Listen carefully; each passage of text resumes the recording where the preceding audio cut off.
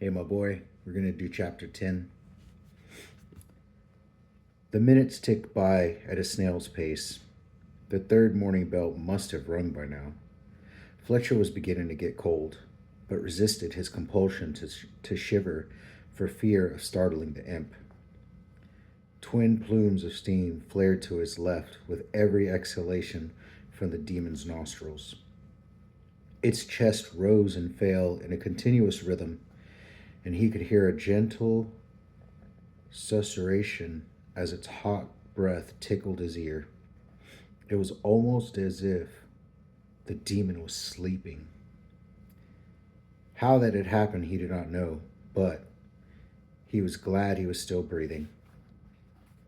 When he tried to pull it from his neck, it growled in its slumber and tightened itself, the claws clamping down near his jugular. He removed his finger, and it relaxed again, cheering contentedly. It reminded him of one of the village cats that would sneak into his room during a snowstorm, refusing to leave the warmth of his lap and hissing when he tried to get up. The imp was a possessive little thing. He got up and walked to the book, keeping his neck still as if he were balancing a jar of water on top of his head. Crouching with difficulty, he picked it up, slid the scroll between its pages, and clutched it to his chest. If he was going to take command of this demon, he would probably need it. It was then he heard it, the sound of loud, angry voices. He turned and saw a flickering light at the end of the graveyard. How had they found him? Perhaps a local heard the noise or seen the light from the orb earlier. This was unlikely. He had chosen a graveyard because it was located on a small outcrop to the north of the main village, accessible only by a treacherous goat path and almost half a mile from the nearest dwelling. He looked about in a panic, but before spotting a crumbling mausoleum in the corner of the graveyard.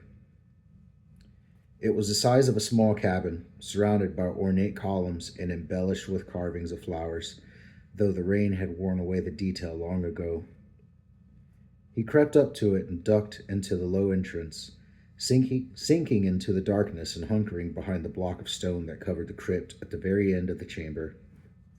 Fletcher knew that an ancient ossuary lay just a few feet below him, the bones of villagers from generations ago stacked like so many pieces of kindling. He was not a moment too soon, for the glow from the burning torch tinged the ground outside his hiding place a few seconds later. "I'm beginning to think you've led us on a fool's errand, wandering around this graveyard," came Didrik's voice, thick with frustration. "I'm telling you, I saw him walk up through the back gates of the village." Fletcher recognized the voice as that of Callista, a newer guard and one of Didrik's drinking companions.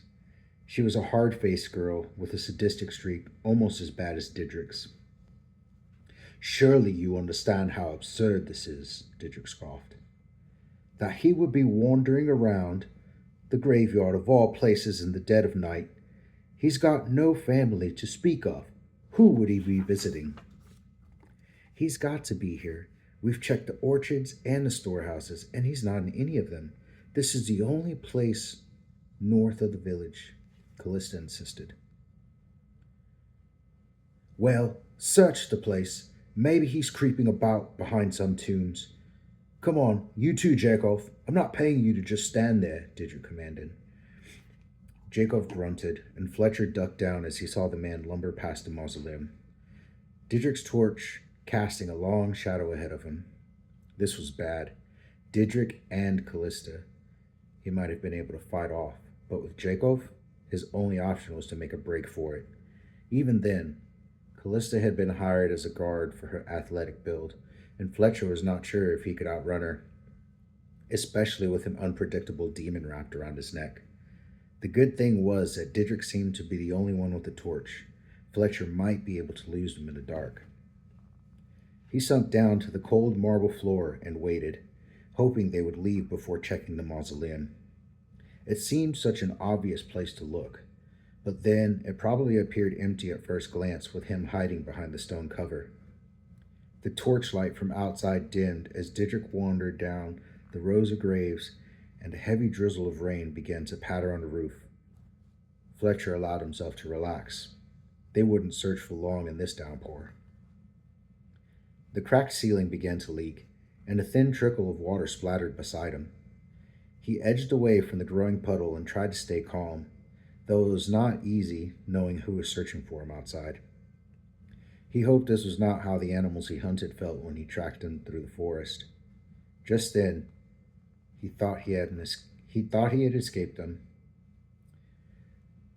Just when he thought he had escaped them, he noticed the dark around him retreat as the light from the torch drew closer. Didrik was returning. Fletcher heard swearing as the boy ducked into the mausoleum and held his breath as Didrik wrung out his cloak. The torch spluttered from the rain, then finally died and cast the room into darkness. Didrik swore viciously. A few moments later, Jacob and Callista followed, both of them just as foul-mouthed and wet. "Did I say you could stop searching yet?" Didrik growled in the darkness, but he sounded resigned. "He's not here. You must have doubled back when I went to get you." Callista's voice was tinged with misery. "Don't think you're getting paid for this," Didrik spat. "No Fletcher, no money."